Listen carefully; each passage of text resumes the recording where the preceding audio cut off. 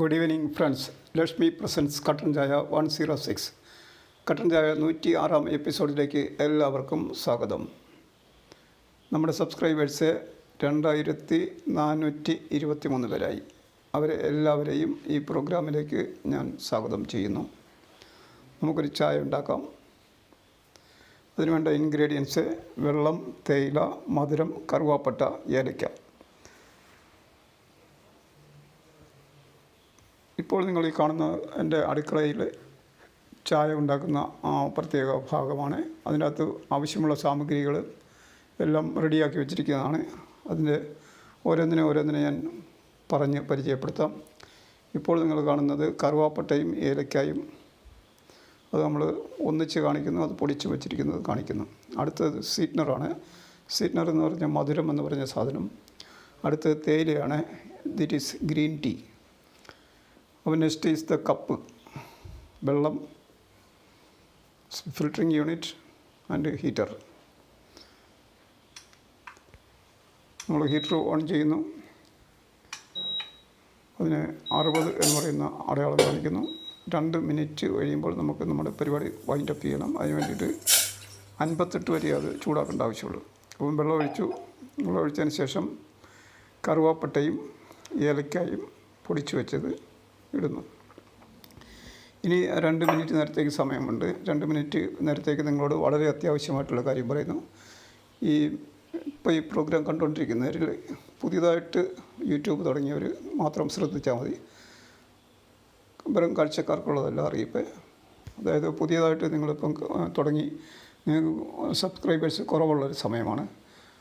അപ്പം എൻ്റെ ഒരു സബ്സ്ക്രിപ്ഷൻ ഒറ്റയെണ്ണം അത് നിങ്ങൾക്ക് കിട്ടിയാൽ കൊള്ളാവുന്നുണ്ട്. അപ്പോൾ എന്നോട് ചോദിക്കാനായിട്ടൊരു മടിയുണ്ട്. അപ്പോൾ എന്നോട് ചോദിക്കേണ്ട. നിങ്ങൾ ഈ വീഡിയോയിലോ അല്ലെങ്കിൽ ഇതിൻ്റെ ഏതെങ്കിലും ഒരു വീഡിയോയുടെ അടിയിൽ അതിൻ്റെ കമൻറ്റ് ബോക്സിൽ ഒരു ഇമോജി ഇടുക. ഇമോജി എന്ന് പറഞ്ഞാൽ മനസ്സിലായില്ല, ഹാർട്ടിൻ്റെയൊക്കെ സിമ്പിൾ. അപ്പോൾ അതിട്ട് കഴിഞ്ഞിട്ട് ബസ് അത്രയും ചെയ്തിട്ട് അതൊക്കെ ക്ലോസ് ചെയ്തേക്കുക. അപ്പോൾ മുഴുവൻ കാണാനൊന്നും നിൽക്കണ്ട. അതായത് അതിൻ്റെ ടെക്നിക്കുണ്ട്. അതായത് അത് ഞാൻ അറിയും. ഞാനത് അറിഞ്ഞു കഴിഞ്ഞാൽ അത് കാണുമ്പോൾ എനിക്ക് മനസ്സിലാക്കും ഇവർ പുതിയ ആൾക്കാരാണല്ലോ, ഇവർക്ക് ഇത് വേണം. അപ്പോൾ ഞാൻ സബ്സ്ക്രൈബ് ചെയ്യും അവരെ. എന്നിട്ട് അവരെ ഞാനത് അറിയിക്കുന്നത് എങ്ങനെയാണെന്ന് വെച്ച് കഴിഞ്ഞാൽ അവരുടെ ലേറ്റസ്റ്റ് ആയിട്ടുള്ള വീഡിയോയുടെ കമൻറ്റ് ബോക്സിൽ എഴുതും ഞാൻ നിങ്ങളെ സബ്സ്ക്രൈബ് ചെയ്തിരിക്കുന്നത്. ഇത്രയേ ഉള്ളൂ. അപ്പോൾ നമ്മൾ വെള്ളം തിളച്ചു, തേയില ഇടുകയാണ്. അപ്പോൾ ഇത് പരീക്ഷിച്ച് നോക്കി വിജയിച്ച 4-5 പേരുണ്ട്. അവരിപ്പോൾ ഇത് കേട്ട് ചിരിക്കുന്നുണ്ടാവും. അപ്പം തേയിലയിട്ടതിൻ്റെ അതിന് ശേഷം ഇനി അത് വെള്ളം തിളച്ചിക്ക് നമ്മൾ അതിൻ്റെ സ്വിച്ച് ഓഫ് ചെയ്യണം. സ്വല്പ സമയം കൂടുതൽ തിളപ്പിക്കുകയാണ് അതിൻ്റെ കളർ ഇറങ്ങി വരാനായിട്ട്. ഇനി സ്വല്പ സമയം ഇരുന്നിട്ട് വേണം അത് അരിച്ചെടുക്കാനായിട്ട്. അരിക്കുന്ന സിസ്റ്റത്തിനെ നമ്മൾ ഫിൽറ്ററിങ് യൂണിറ്റ് എന്നാണ് പറയുന്നത്. കാരണം എന്ന് വെച്ച് കഴിഞ്ഞാൽ ഈ ക്യാമറ കൈകാര്യം ചെയ്യുന്നതിന് നമുക്ക് ടോട്ടൽ 3 കൈയുടെ ആവശ്യമുള്ള സമയമാണ് ഇപ്പോൾ. അപ്പോൾ അത് ഒഴിവാക്കുന്നതിന് വേണ്ടിയിട്ട്, അതായത് രണ്ടാമത്തെ കൈയുടെ സർവീസ് ചെയ്യുന്നത് മഗ്ഗാണ്. മഗ്ഗിൻ്റെ പുറത്തേക്ക് ആ മഗ്ഗ് അരിപ്പ അങ്ങ് വെച്ച് കഴിഞ്ഞാൽ അങ്ങനെ അങ്ങ് വെച്ച് കഴിഞ്ഞാൽ പിന്നെ ഒരു കൈ ഫ്രീ ആയി. ഇനി നമുക്ക് ആ ചായ എടുത്ത് ഒഴിച്ചാൽ മതി. ചൂടുള്ള ചായ ആകുമ്പോൾ അത് പിടിക്കുന്നതിന് വേണ്ടിയിട്ട് ടോങ്സ് വെച്ചിരിക്കുന്നു. പക്ഷേ ഇത് തണുത്തതായിരുന്നു. ഇൻഡക്ഷൻ കുക്കറിൻ്റെ ഒരു പ്രത്യേകതയാണ്. മാത്രമേ ചൂടാകുള്ളൂ. ഇനി അത് നമ്മളൊന്ന് സ്പൂണ് കൊണ്ട് നന്നായിട്ട് ഇളക്കി യോജിപ്പിക്കണം. പഞ്ചസാര ഇടുന്ന പോലെ തന്നെയാണത്. ഈ മധുരത്തിനൊരു പ്രത്യേകതയാണ്. പഞ്ചസാരയുടെ ദോഷവശങ്ങളില്ല. നല്ല നന്മയുള്ള സാധനമാണെന്നാണ് ജനം വിശ്വസിക്കുന്നത്. ഞാനും അത് വിശ്വസിക്കുന്നു. ഷുഗർ ഫ്രീ ആണ്. അതുകൊണ്ട് ഡയബറ്റിക്സുകാർക്ക് ഷുഗർ ഫ്രീ എന്ന് കേട്ടപ്പോൾ ഇഷ്ടം തോന്നിക്കാണും. വേണമെങ്കിൽ മേടിച്ച് കുടിച്ച് നോക്കാം. ഇത് ഷുഗർ ഫ്രീ സ്വീറ്റ്നർ മറ്റു കാര്യങ്ങൾക്ക് ഉപയോഗിക്കാമെന്ന് ഞാൻ കണ്ടുപിടിച്ചിട്ടുണ്ട്. അതായത് നമ്മളിപ്പോൾ ഒരു പലഹാരം ഉണ്ടാക്കുകയാണെങ്കിൽ അതിനകത്തും പഞ്ചസാരയ്ക്ക് പകരം ഇടാതെ. എൻ്റെ ഒരു ജസ്റ്റ് ഒരു ഒബ്സർവേഷൻ മനസ്സിലായിട്ടുള്ളതാണ്. അപ്പോൾ നമ്മൾ കപ്പിലേക്ക് ചായ ഒഴിച്ചു. ഈ കപ്പ് നമ്മൾ വാങ്ങുന്നതിന് വേണ്ടിയിട്ട് വളരെ പ്രാർത്ഥിച്ച് വളരെ താല്പര്യപ്പെട്ട് ഓൺലൈനിൽ വാങ്ങിയതാണ്. അപ്പോൾ അവിടെ കാണുന്ന ചെടി ഗൗളി അല്ലെങ്കിൽ പല്ലി എന്ന് പറയുന്നൊരു ജീവി വരാതിരിക്കാനുള്ള സാധനമാണ്. അത് എൻ്റെ കണ്ടുപിടുത്തമാണ്. കപ്പിൻ്റെ നമ്മൾ അതിൻ്റെ സ്റ്റിൽ ഫോട്ടോസ് എടുത്ത്, സ്റ്റിൽസ് എന്ന് പറയില്ല, സ്റ്റിലെടുത്ത് അത് നമ്മൾ ബൈബിൾ എടുത്തുകൊണ്ട് വന്നു. വളരെ ആദരവോടുകൂടി തന്നെ മേശപ്പുറത്ത് വെച്ചിരിക്കുന്ന ബൈബിളും വെച്ചിരിക്കുന്നു.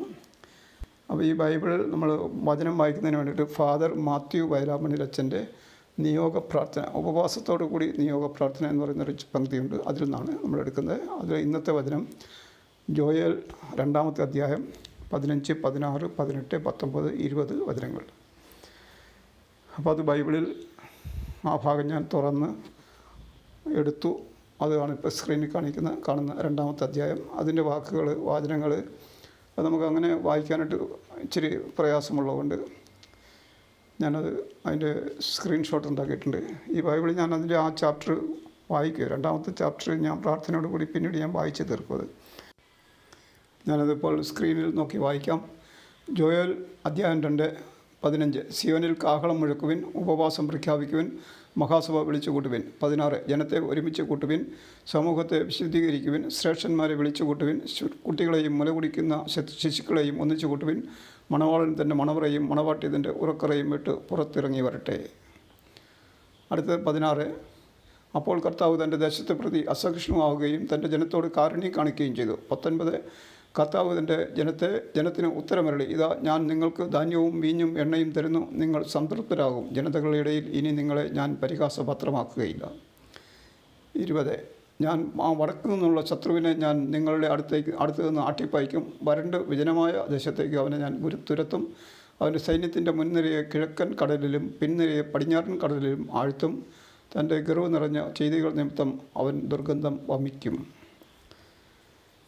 കർത്താവ് ഈ വചനം ശ്രവിച്ച എല്ലാവരെയും അനുഗ്രഹിക്കണമെന്ന് പ്രാർത്ഥിക്കുന്നു. ഈ പ്രോഗ്രാം കണ്ട എല്ലാവരോടും നന്ദി പറയുന്നു. Thank you. And this is the end of this programme. Shubham.